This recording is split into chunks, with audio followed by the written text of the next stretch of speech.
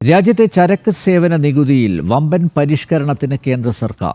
ദീപാവലിയോടെ ചരക്ക് സേവന നികുതിയിൽ പരിഷ്കരണം നടപ്പാക്കുമെന്ന പ്രധാനമന്ത്രിയുടെ സ്വാതന്ത്ര്യദിന പ്രഖ്യാപനത്തോടെ രാജ്യമാകെ പ്രതീക്ഷയിലാണ്. ചെറുകിട ബിസിനസ്സുകൾക്കും സാധാരണക്കാർക്കും നികുതി ഭാരം കുറയ്ക്കുന്നതാകും നടപടികൾ. ഡൽഹിയിൽ നിന്ന് എസ് ശ്രീകാന്ത് തയ്യാറാക്കിയ റിപ്പോർട്ട് കാണാം. ഇന്ന് രാജ്യ തലസ്ഥാനത്തു നിന്നുള്ള ഏറ്റവും പ്രധാനപ്പെട്ട വാർത്ത സ്വാതന്ത്ര്യ ദിനാഘോഷവും അതുമായി ബന്ധപ്പെട്ട് പ്രധാനമന്ത്രി നടത്തിയ പ്രസംഗവുമാണ്.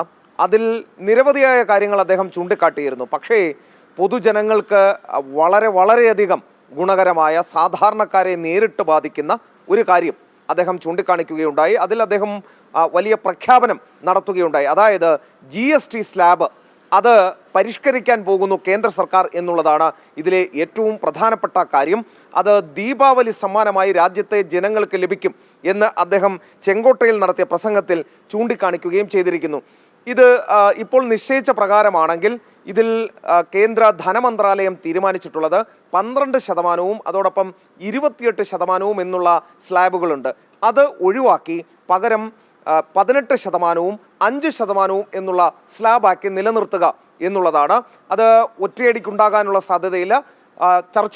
ചർച്ചകളിലൂടെ, സംസ്ഥാനങ്ങളുമായുള്ള ചർച്ചകളിലൂടെ ഘട്ടം ഘട്ടമായിരിക്കും അത് നടപ്പിലാക്കിയെടുക്കുക. ഇനി ഇതുകൊണ്ടുണ്ടാകുന്ന ഗുണങ്ങൾ എന്താണ് എന്ന് ചോദിച്ചാൽ ഏറ്റവും പ്രധാനമായും ഉണ്ടാകുന്നത് ഹെൽത്ത്, ലൈഫ് ഇൻഷുറൻസ് പോളിസികൾ, അവശ്യ വസ്തുക്കൾ എന്നിവയുടെ നികുതിയിൽ മാറ്റങ്ങൾ വരുന്നതോടെ വലിയ തോതിൽ ഗുണം സാധാരണക്കാർക്കുണ്ടാകും എന്നുള്ളതാണ്. നിത്യോപയോഗ സാധനങ്ങളുടെ വില ധാരാളമായി വലിയ തോതിൽ കുറയും എന്നുള്ളതും ഇത് സാധാരണക്കാർക്ക് വലിയ ഗുണം നൽകുന്ന കാര്യമാണ്. മാത്രമല്ല സൂക്ഷ്മ, ചെറുകിട, ഇടത്തരം സംരംഭങ്ങൾക്കും പുതിയ തീരുമാനം വലിയ നേട്ടമാകും എന്നാണ് പ്രതീക്ഷിക്കപ്പെടുന്നത്. ഇതിലൂടെ കേന്ദ്ര സർക്കാർ ലക്ഷ്യമിടുന്നത് ഇങ്ങനെയാണ്: പുതിയ നടപടിയിലൂടെ നികുതി ഘടന കൂടുതൽ ലളിതമാക്കാൻ സാധിക്കും എന്നവർ പ്രതീക്ഷിക്കുന്നു.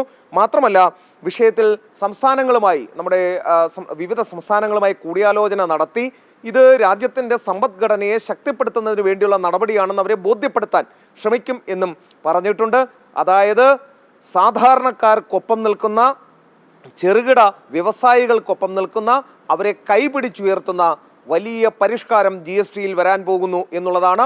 രാജ്യത്തെ സംബന്ധിച്ചിടത്തോളം വലിയ പ്രതീക്ഷ നൽകുന്ന പ്രഖ്യാപനമാണ് ഇന്ന് പ്രധാനമന്ത്രി നടത്തിയത്.